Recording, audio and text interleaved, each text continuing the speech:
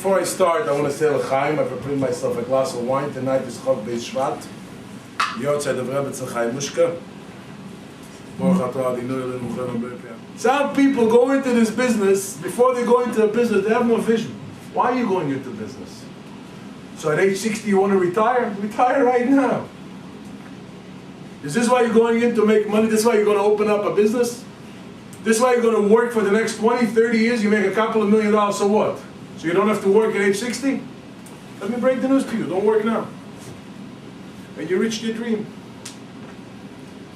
If you want to be an entrepreneur, if you want to be a businessman, I'm not talking about an employee. It's entrepreneurs over here, it says on the paper. You have to understand that you need to have a vision. You need to have a dream. What do you want to accomplish? Do you want to accomplish retirement? Do you want to accomplish fishing? Or do you want to accomplish something greater than you can imagine? Whatever it is.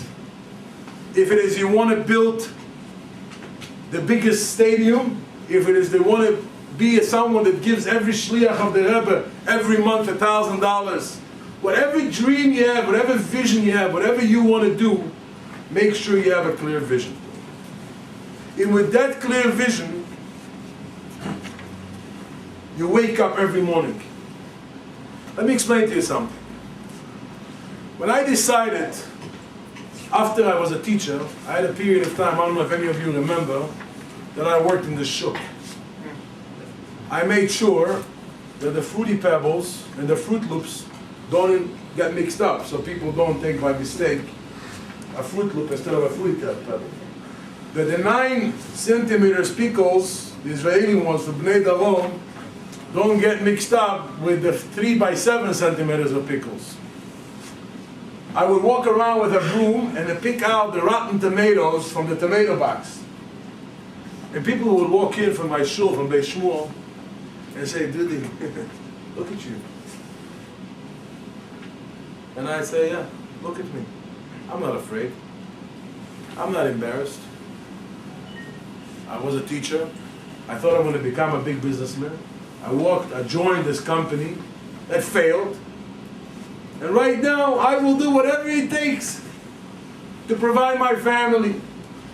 But if it takes right now, that between now and what I'm going to do next to fulfill my dream, I have to stand over here in Empire, in the shuk, and pick tomatoes and potatoes, I'll do that. I'm not afraid. Gemara says, skin an animal in the market and don't become a beggar. And then I decided that I gotta move on to the dream I have. And my dream is to give back to the community, to the people, to the things I believe in.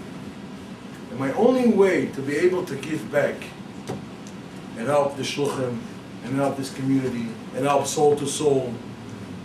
Next week there's a big concert. It's a very, very close organization. I have a sister who's sick. I helped them in the past, and help other organizations, is by doing what I need to do.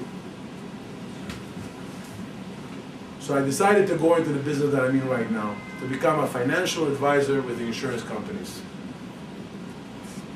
Now, how do you go from putting tomatoes to enter a world? This is the scariest thing, you all know, but I have to make money. I have to make a living, I need to make a salary. What am I going to do? The minute I decided that I want to go for what I want to go, for my line of business, I left the store, I went to get licensed, whatever I need to get licensed. It was very hard for me because I didn't learn English in school. And I sat down with the books and audio and video, and I studied what I needed to study, and I failed the test 5 times, but on the 6th time, I passed. The state test took me 3 times, and I passed, because every morning I woke up and I said, I will not let go of the vision of the dream I have. And the minute I got my license, oh, because this was the business I wanted to get involved in. I walked in to the cellular store on Kingston Avenue, and I said, I want to have a BlackBerry. Those days I had a little StarTech, if you remember the phone, the StarTech. It doesn't exist anymore, a flip phone. I thought it was cool. I got myself a BlackBerry not knowing how will I pay. Those deals for BlackBerry in those days was a big deal. It was $86 just to have BlackBerry on your phone, emails and things like this. It was data and charges. Got myself a BlackBerry. Went up to Listen Direct, walked into a Remizons, got a friend of mine to co-sign for me, list myself a little Nissan Altima, because in the business that I'm in, I have to go see clients every day.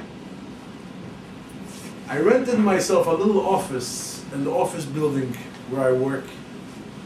And the first thing I did in my office is I called up, there was a guy, Asus, he's the guy who delivers the furniture to the building, and I said, get me a 4-story shelf, what is it called, you keep your folders, you keep the files, a file cabinet.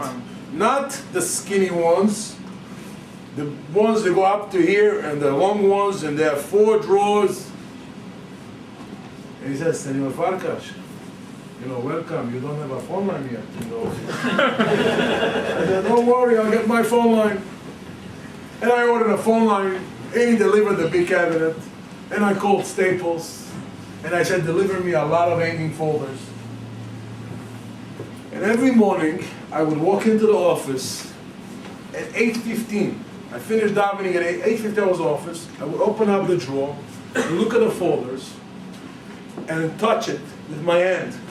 And I said, one day, this is going to be full. Guys, it was 2007. December of 2007. January, I would walk into the office and say, one day it's going to be full. In February 2008, 4 years ago, exactly today, I started filling up that file cabinet. Today, I told my office staff to please tell me how many files of clients are there inside the file cabinets. I have 2 already. There are 896 clients that I have in my file cabinets. Everybody was making fun of me. Because first thing, you know what Dudi Farkash did? He got himself a BlackBerry. And first thing, you know what he did? He got himself a file cabinet. And he got himself hanging folders and manila folders and pens and erasers. But I want to tell you one more thing. The first 2 years, I never sat by my chair, by my desk. I remember my father came to visit me in my office, like after I was in the business for almost a year. And the general agents, the guys at work, told my father that we put a nail in Dudi's seat, but he never came to complain yet. But we guess he didn't sit down yet. What am I saying? It's not because I have a mission, even though it's a mission that is kind of a turning off mission for most Americans. Life insurance is nothing exciting. They say if you go on a plane and the guy sits next to you, I read this joke once, if the guy that sits next to you bothers you, you tell him you sell life insurance, he won't bother you a whole flight. I got myself involved in a business, but I got involved with all my passion. Life insurance became my passion. So far, that my first year in the business, I was chosen as Man of the Year of one of the largest insurance companies of America. In 2008, I made a Kiddush Hashem and Kiddush Shem Lubavitch. I was the first frum guy with a beard and a big yarmulke and tzitzis to stand in front of 4,000 people who consider themselves the smartest financial advisors in the United States of America, in Disney World, in a big convention center, and everybody over there has a title to his name.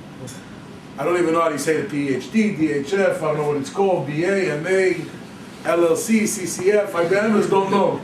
I remember they asked me what title to put next to my name, so I said, right, PhD. Mr. Farkash, are you a PhD?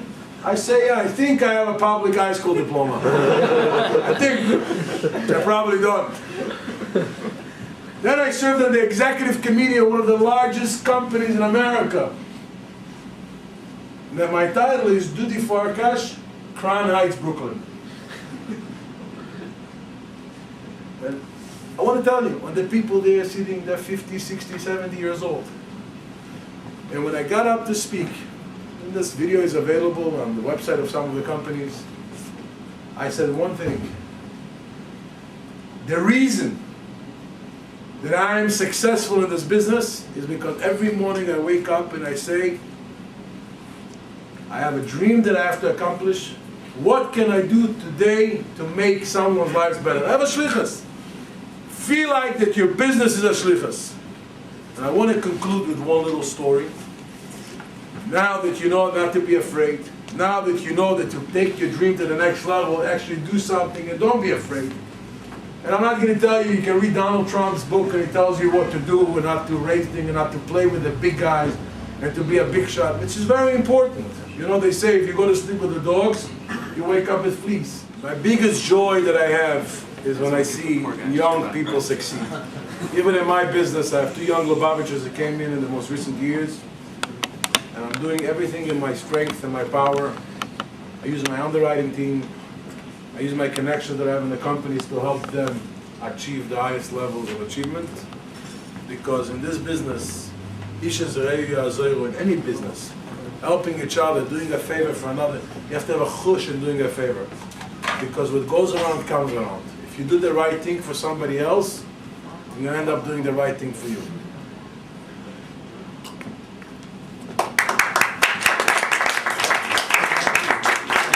We're going to ask Stephen, who's been listening in, to share for 2 minutes from his observations of tonight.